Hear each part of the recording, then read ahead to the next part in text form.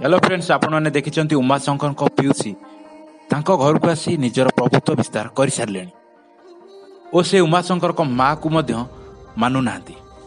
और से परिवार सब सदस्यों परिचय नहीं से बड़े गणेश देव और अभि पिकनिक प्लानिंग कर पिकनिक गले श्रद्धा मन खुशी रही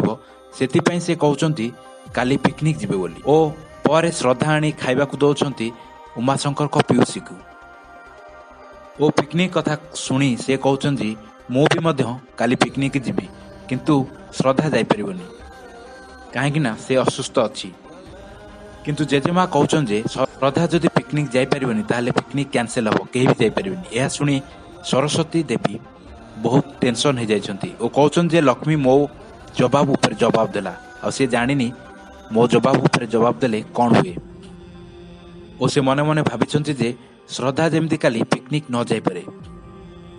और से प्लान करी एलोरा पाखु जाइछंती और एलोरा को तांको पटे मतेया पे चेष्टा करछंती किंतु एलोरा बहुत चालाक सहित कथा होछंती कहछन जे तांको विषय मु न जानला पर्यंत तांको किछि सत कथा न कहबे। ऊपर सरस्वती देवी भाबुछन जे ए झियोटा बहुत सरल अछि किंबा बहुत चालाक अछि किंतु मोटू बळी जीवनी। हेलो फ्रेंड्स, आपण माने आगामी अध्याय देखा पाइबे जे सरस्वती देवी मने मने चिंता करछन जे श्रद्धा केमिति पिकनिक न जाई परिबो से बंदोबस्त करिवे ओ से राति अधरे उठी किचन को जाइछंती खीरी करिया पई ओ श्रद्धा को कहछन जे तू प्रेग्नेंट अछु तो तोते मु खीरी खुआया पई बहुत इच्छा हला तो मु तोते खीरी आनी दउची कुआडे भी जाई नथिउ। सेपटे जेजेमा सुनलेन कि राति अधरे